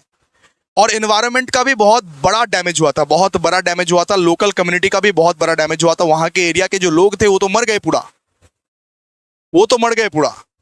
It is highlighted the need for the better safety precautions and practices regulations in the industries operations है। सिंपल सा बात है, भोपाल गैस डिजास्टर से हम लोग को क्या सीखने को मिलता है? भोपाल गैस डिजास्टर से हम लोग को दोस्तों ये सीखने को मिलता है कि हम लोग बेटर सेफ्टी मेजर्स के साथ, better safety rules and regulations के साथ हर कुछ काम करें, कि ऐसा दुर्घटना ना हो, लोगों को मरना ना पड़े, लोगों को इंजरीज का सामना ना करना पड़े। मतलब कि सिंपल सा बात है। तो भोपाल गैस आप लोग समझ पाए, भोपाल गैस क्या हुआ था? सर, एक पेस्टिसाइड प्लांट था जिसको ऑपरेट कर रहा था यूनियन कार्बाइड, और उसने एक टॉक्सिक गैस छोड़ दिया हवा में। उस टॉक्सिक गैस का नाम था मिथाइल आइसोनिएट, ठीक है। उस टॉक्सिक गैस का नाम था मिथाइल आइसोनिएट। तो वो टॉक्सिक गैस जो हवा में फैला, उसके वजह से क्या हुआ? उसके वजह से करीब 2000 लोग मर गए, 2000 लोग मर गए। और ये क्यों हुआ? क्योंकि वहां के लोग सेफ्टी मेजर्स नहीं लिए थे, सिंपल सा बात है। इक्विपमेंट भी फेल हो गया था, ह्यूमन एरर के भी वजह से। इंसान लोग ने भी मिस्टेक किया था, जो लोग प्लांट को ऑपरेट कर रहे थे वो लोग भी मिस्टेक किए थे, इस वजह से हुआ था। और 2000 लोग मारे गए थे, और बहुत सारे लोगों को आई इश्यूज हो रहे थे, रेस्पिरेटरी इश्यूज हो रहे थे, सांस लेने में दिक्कत हो रही थी, और अदर हेल्थ प्रॉब्लम हो रही थी। इनफैक्ट अभी भी कुछ लोगों को हेल्थ प्रॉब्लम इस वजह से ही हो रही है, जो लोग शिकार हुए थे, ठीक है। लॉन्ग टर्म तक 4-5 साल तक चला ये सब चीज, ठीक है। वहां के एनवायरनमेंट पूरा तरीके से डैमेज हो गया था, लोकल कम्युनिटी को बहुत चीज भोगना पड़ा वहां पे। और इस वजह से यहाँ पे सीखने को मिलता है कि बेटर सेफ्टी प्रिकॉशंस और मतलब कि better safety rules and regulations के साथ करना चाहिए। ये क्या था? Bhopal gas strategy. अब आगे अब पढ़ेंगे फुकुशिमा न्यूक्लियर डिजायर। ये लेस इंपॉर्टेंट है, ये पहले से बता दूं, लेस इंपॉर्टेंट है, इसको ऊपर से पढ़ेंगे। फुकुशिमा न्यूक्लियर डिजास्टर, ये कब हुआ था? The Fukushima nuclear disaster awkward on March 11, 2011। March 11, 2011 को हुआ था, जापान में हुआ था। ये जापान में हुआ था, जब एक मैसिव अर्थक्वेक आया था, जब एक मैसिव अर्थक्वेक और सुनामी साथ में आ गया था जापान में। अर्थक्वेक भी आया था और सुनामी भी आया था भाई, अर्थक्वेक भी आया था और सुनामी भी आ गया था, और जापान फंस गया था। कब? March 11, 2011। इसको हम लोग क्या बोलते हैं? Fukushima nuclear disaster. इसमें हुआ क्या था? सुनो, the natural disaster damaged the Fukushima Daiichi nuclear power plant है। ये जो नेचुरल डिजास्टर था, ये जो अर्थक्वेक आया और ये जो सुनामी आया, उस वजह से क्या हुआ? एक न्यूक्लियर प्लांट जिसका नाम था Fukushima Daiichi nuclear power plant, वो पूरा डैमेज हो गया, causing it to lose power and resulting to the release of radioactive material. और वहां से रेडियो एक्टिव मटेरियल ना रिलीज होने लगा, the plant's cooling system failed plant का जो कूलिंग सिस्टम था वो फेल हो गया, leading to the meltdown in the 3 of the reactor. As a result large amount of radiations way result into the release into the air and oceans. तो Fukushima nuclear disaster में क्या हुआ था कि large amount of radiations एक minimum amount of air and ocean झेल पाता है. यहाँ पे क्या हुआ कि large amount of radiations release हो गया था पूरा एयर और ओशन में. इस वजह से क्या हुआ, लॉन्ग टर्म एनवायरमेंटल डैमेज हुआ वहां पे, और बहुत सारे लोग को सामना करना पड़ा उसका. बहुत सारे लोग बेहोश हो गए, मर गए. ठीक है, इस वजह से क्या हुआ, the incident highlighted the risk of nuclear power. ये इंसिडेंट की वजह से न्यूक्लियर पावर और बेटर डिजास्टर प्रिकॉशंस लेने को मजबूर किया गया कि न्यूक्लियर पावर क्या क्या खतरा कर सकता है. न्यूक्लियर पावर के डैमेज हो जाने की वजह से बहुत सारे रेडियो एक्टिव मटेरियल्स निकलने लगे, और वो जो रेडियो एक्टिव मटेरियल्स निकले वो एयर और ओशन में जाके फैल गए. इस वजह से बहुत सारे लोगों को इंजरी भी हुई, और मतलब इन्वायरमेंटल डैमेज भी हुआ. ये क्या था, Fukushima nuclear disaster. Fukushima nuclear disaster. ठीक है, समझ गए आप लोग. चलिए आगे बढ़ेंगे.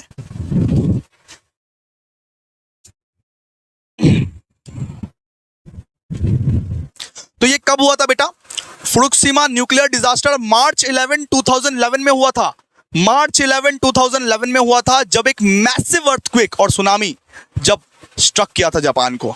और वो अर्थक्वेक और सुनामी की वजह से एक न्यूक्लियर प्लांट जिसका नाम है Fukushima Daiichi nuclear power plant, वो डैमेज हो गया था, और वो अपना पावर खो दिया, उसका कूलिंग सिस्टम भी खो गया, और वो रेडियो एक्टिव मटेरियल्स निकालने लगा.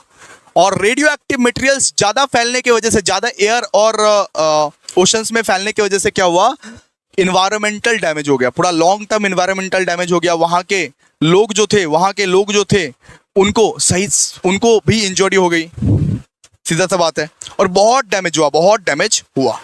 ठीक है, अब पढ़ेंगे केदारनाथ फ्लड के बारे में. ये आ सकता है बेटा, केदारनाथ फ्लड. केदारनाथ में एक बहुत ही बड़ा फ्लड आया था, जहां घर बारी गाड़ी सब उड़ा के लेके चला गया. ठीक है, क्या हुआ बताते हैं, सुनो, पढ़िए, 1 मिनट. आइए अब हम लोग क्या पढ़ेंगे, केदारनाथ फ्लड. सर आप लोग सब लोग तो केदारनाथ जाने का बहुत इच्छा है, लेकिन वहां इतना बड़ा बाढ़ आता है ना, क्या बताऊं. सुनिए, जून 2013 का कहानी सुनाता हूं. The Kedarnath flood of June 2013 was a devastating natural disaster that struck the Kedarnath region of Uttarakhand, India. बहुत बारिश हुई थी. Heavy rainfall caused the Mandakini river to overflow. बहुत बारिश हुई थी, इस वजह से क्या हुआ कि मंदाकिनी रिवर जो था वो ओवरफ्लो कर गया. बेटा, वो ओवरफ्लो कर गया, वो ज्यादा बहने लगा. इस वजह से बहुत बड़े बाढ़ आए, फ्लड आया, लैंडस्लाइड्स भी आया. बहुत बड़ा बाढ़, बहुत बड़ा लैंडस्लाइड्स भी आया केदारनाथ में. ठीक है, ये कब हुआ था, जून 2013 में. ठीक है, ये बहुत ही डिवास्टिंग नेचुरल डिजास्टर था, बहुत ज्यादा डिवास्टिंग नेचुरल डिजास्टर था, जो कहां पे हुआ था सर, उत्तराखंड में. केदारनाथ कहां है, उत्तराखंड में ना. तो केदारनाथ में ये चीज हुआ था. क्यों हुआ था, मंदाकिनी रिवर जो था, वहां का जो मंदाकिनी रिवर है वो ओवरफ्लो कर गया था. इस वजह से हेवी रेनफॉल हुआ था, बहुत ज्यादा बारिश हुई थी, 2-3 दिन तक, 4 दिन तक अचानक बारिश चल रही थी, और मंदाकिनी रिवर जो था ना वो बढ़ गया था. वो जब ओवरफ्लो किया तब एक बहुत बड़ा सा बाढ़ आया, एक फ्लड आया, लैंडस्लाइड आया, और केदारनाथ को डुबा दिया. सीरियसली. आइए यहां पे देखिए, यहां पे क्या क्या किया देखिए. The intense rain turned into the flood that swept away homes, road and famous Kedarnath temple.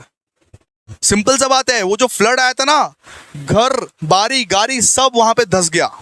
वो फ्लड की वजह से वो केदारनाथ टेम्पल भी जो था ना, वहां वो भी मतलब उसको भी वहां पे इफेक्ट हुआ. Which is the major.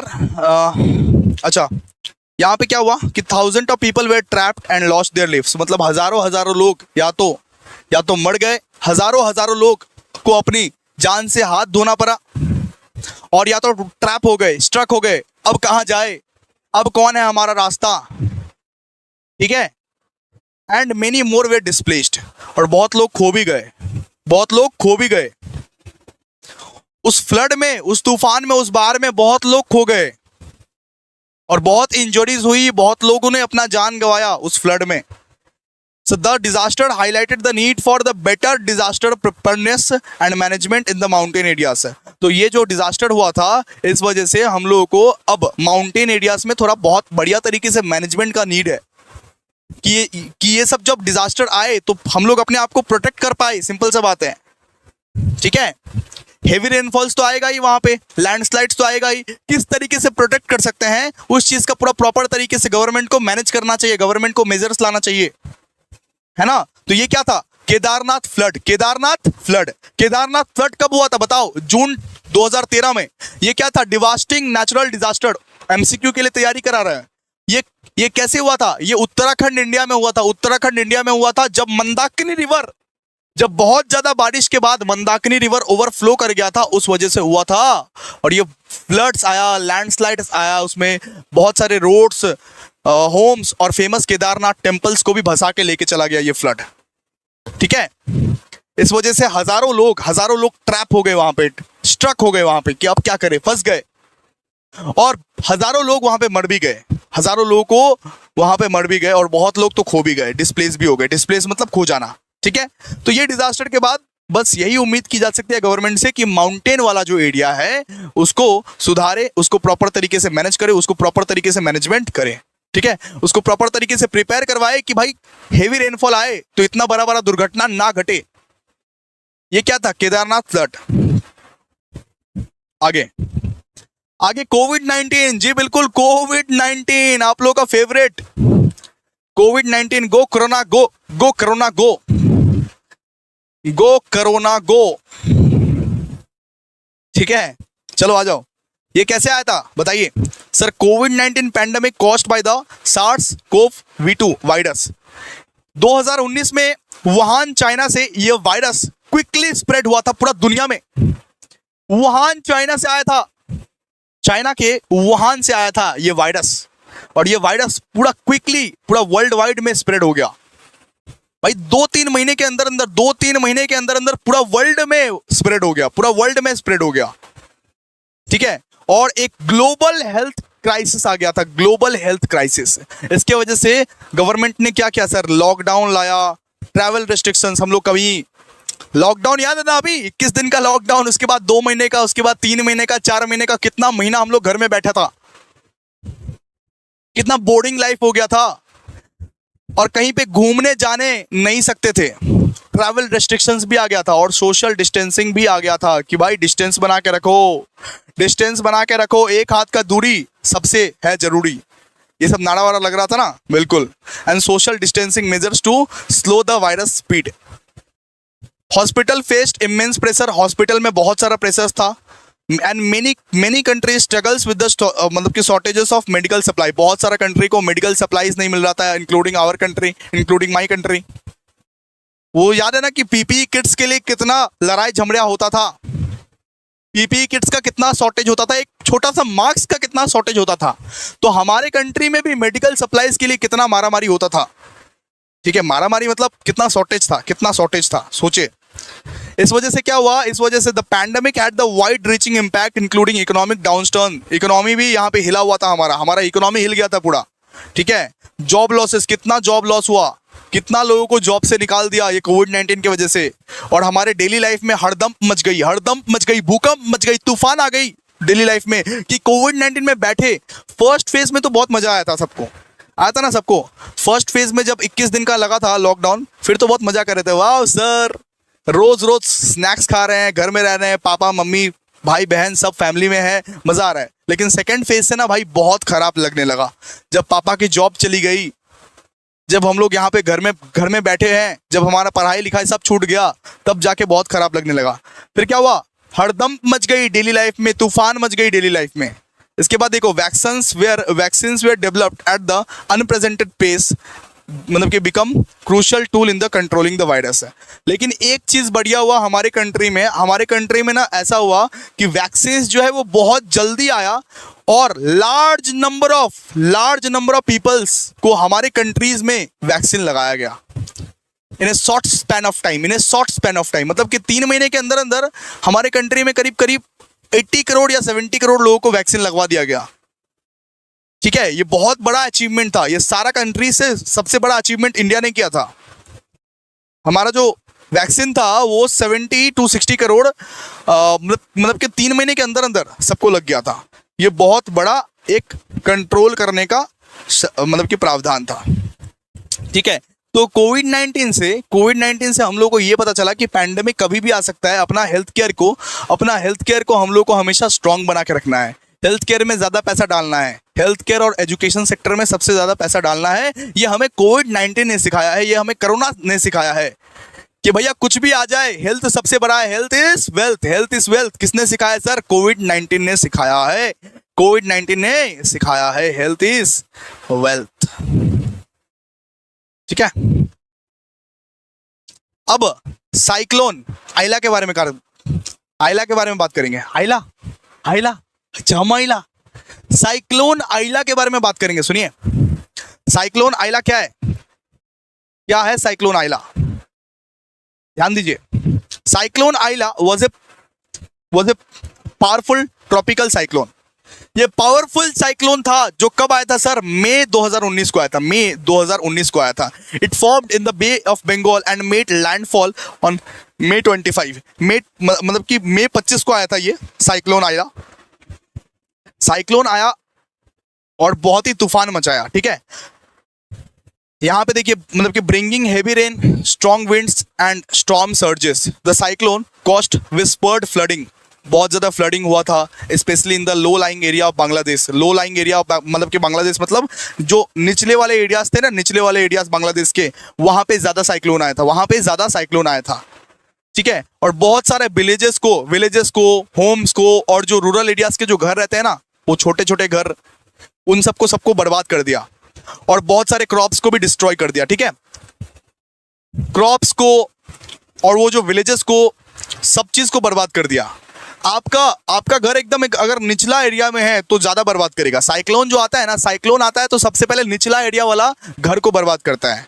ठीक है, तो यहाँ पे देखिए, यहाँ पे क्या लिखा हुआ है? Many people were displaced. बहुत सारे पीपल खो गए, मिले नहीं वापस, और बहुत सारे पीपल मर भी गए।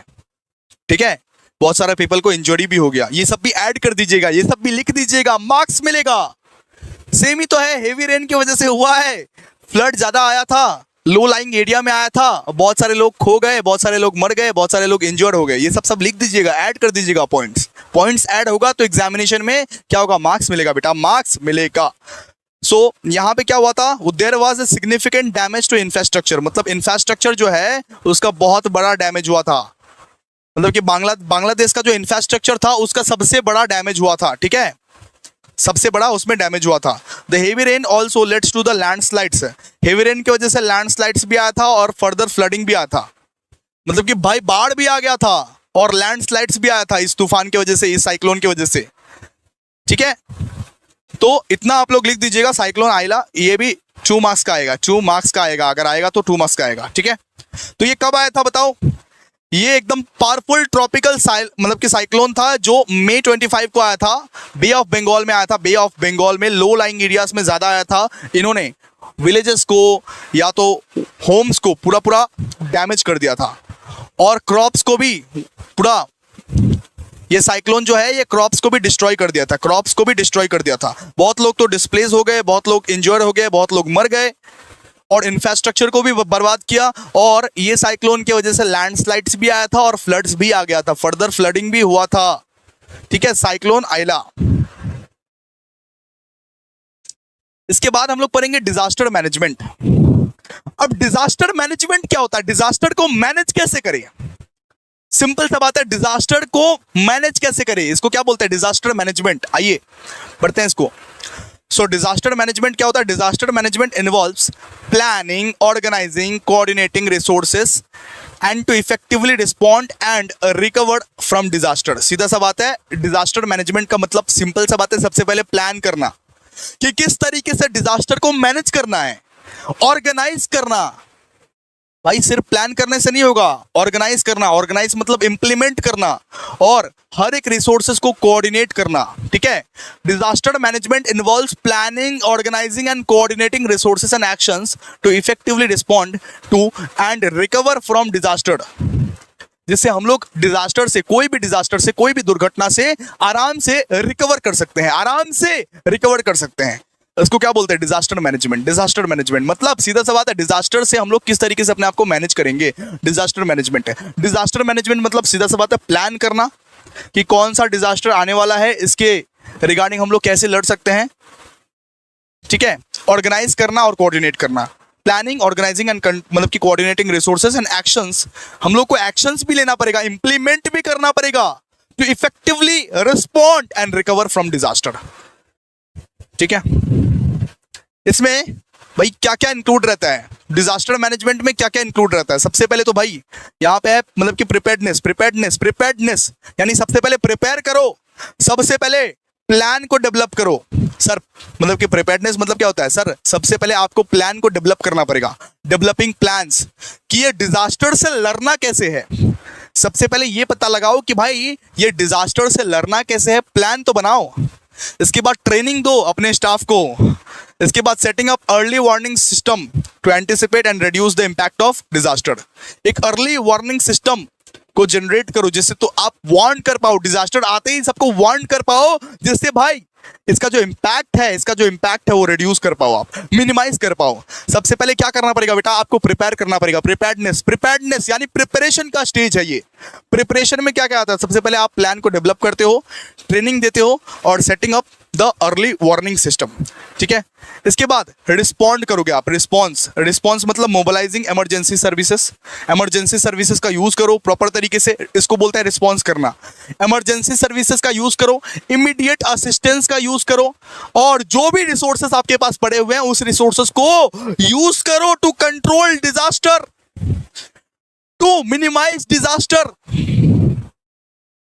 जो भी रिसोर्सेस पड़े हुए हैं आपके पास, जितना भी रिसोर्सेस उपलब्ध है आपके पास, उस रिसोर्सेस का बेस्ट तरीके से यूज करो टू मिनिमाइज डिजास्टर, जिससे डिजास्टर को कम से कम किया जा सके, जिससे ये दुर्घटना को कम से कम किया जा सके, जिससे ये जाने ज्यादा ना जाए। ठीक है, रिस्पॉन्स, इसको क्या बोलते हैं? रिस्पॉन्स। इसके बाद रिकवरी वाले स्टेज में क्या करना पड़ता है? देखो, rebuilding and restoring affected area. जो एरियाज अफेक्ट हो गए हैं, मान लो डिजास्टर आ गया और कुछ एरियाज को तो अफेक्ट करेगा ना भाई। आप तो अंतर्यामी नहीं हो कि सब कुछ ठीक कर दोगे, पुत्रो मैं सब कुछ ठीक कर दिया, ऐसा तो नहीं हो। कुछ ना कुछ एरियाज तो अफेक्ट करेगा। उस एरिया को वापस से किस तरीके से बना पाओगे, उसको वापस से रीस्टोर कैसे करना है, इस चीज के बारे में भी सोचना पड़ेगा, रिकवरी के बारे में भी सोचना पड़ेगा। अगर डिजास्टर हो गई है, दुर्घटना आ गई है, तो किस तरीके से उसको रीबिल्ड किया जाए, किस तरीके से उसको रीस्टोर किया जाए, उसके बारे में भी हम लोग सोच सकते हैं। और मिटिगेशन मतलब implementing measures to reduce the likelihood and impact of the future disaster. मतलब फ्यूचर में जो डिजास्टर आने वाला है, किस तरीके से मैं उसको मिनिमाइज कर पाऊंगा। मिटिगेशन मतलब फ्यूचर में जो डिजास्टर आने वाला है मेरे प्यारे प्यारे दोस्तों, किस तरीके से हम लोग उसको मिटिगेट कर सकते हैं, किस तरीके से हम लोग उसको मिनिमाइज कर सकते हैं, इसको क्या बोलते हैं? मिटिगेशन। ठीक है, तो ये क्या था? ये था, एक मिनट, ये क्या था? ये था डिजास्टर मैनेजमेंट। Disaster management. ठीक है, अब देखिए, अब हम लोग पढ़ने वाले हैं डिजास्टर वार्निंग सिस्टम। अब देखिए, डिजास्टर वार्निंग सिस्टम क्या होता है? A disaster warning system is a set of tools and processes design to alert people, जिससे आप लोगों को अलर्ट कर पाओगे कि गौर से सुनो देवियों और सज्जनों, डिजास्टर आने वाला है, अर्थक्वेक आने वाला है, अपने आप को बचा लो। आप किस तरीके से लोगों को अलर्ट कर पाओगे, उसका क्या सिस्टम है, ये अब पढ़ने वाले हैं। Disaster warning system. ठीक है, सबसे लास्ट वाला टॉपिक है, यूनिट 4 हमारा अभी खत्म हो जाएगा। ठीक है, अगर मान लो कोई स्टॉर्म आने वाला है, कोई अर्थक्वेक आने वाला है, कोई फ्लड आने वाला है, तो लोगों को आप अलर्ट कैसे करोगे? इसको बोलते हैं डिजास्टर वार्निंग सिस्टम। लोगों को आप सूचना कैसे दोगे कि भाई डिजास्टर आने वाला है, बचा ले खुद को, बचा ले भाई, खुद को बचा ले, मौका है तेरे पास। ठीक है, सबसे पहले तो आप डिटेक्ट करोगे। सबसे पहले क्या होगा? डिटेक्शन होगा। सबसे पहले डिटेक्ट करोगे। जैसे मीडिया वाले लोग सबसे पहले क्या करते हैं, मतलब कि डिटेक्ट करते हैं कि हाँ भाई सुनामी आने वाला है, अर्थक्वेक आने वाला है, मतलब कि monitoring system that identify early signal of the disaster. सबसे पहले आप क्या करोगे? डिटेक्ट करोगे। डिटेक्ट करने के बाद भाई कम्युनिकेशन, इसके बाद ना भाई आप जाओगे जनता के सामने और जनता को इन्फॉर्म करोगे भाई डिजास्टर आने वाला है, अर्थक्वेक आने वाला है, फ्लड आने वाला है, बच के रहो, बच के रहो भाई, बच के रहो। आज हर जगह छुट्टी, स्कूल कॉलेज हर जगह छुट्टी। जब कोई डिजास्टर आने वाला रहता है तब ममता दीदी दे देती है ना, हर स्कूल में छुट्टी, हर कॉलेज में छुट्टी, आज के क्यों बाड़े जाबे ना, सब हर जगह ही छुट्टी। पूरा वेस्ट बंगाल बंद हो जाता है उस दिन, जिस दिन कुछ आने वाला रहता है, बड़ा तूफान उफान, साइक्लोन वाइक्लोन। उसके बाद क्या होता है? कम्युनिकेशन। कम्युनिकेशन के बाद क्या होता है? कोऑर्डिनेशन।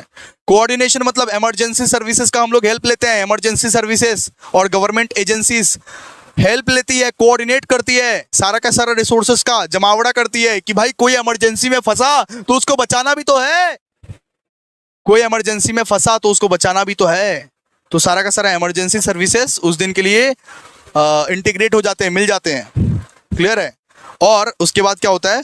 हम लोग सबको अवेयर कर देते हैं, सबको अच्छे से अवेयर कर देते हैं कि भाई सुनो किस तरीके से अपने आप को बचाना है, किस तरीके से अपने आपको मतलब कि ख्याल रखना है। बारंबार हम लोग पब्लिक को अवेयर करते हैं। Educating people how to respond to warning and preparing for potential disaster, मतलब कि डिजास्टर से अपने आप को कैसे बचाना है, हम लोग एजुकेट करते हैं लोगों को कि घबराना नहीं है भाई, बचाना है अपने आप को। ये क्या है? Disaster warning signal. सबसे पहले आप डिजास्टर को क्या करते हो बेटा? डिटेक्ट करते हो, क्या आने वाला है डिजास्टर।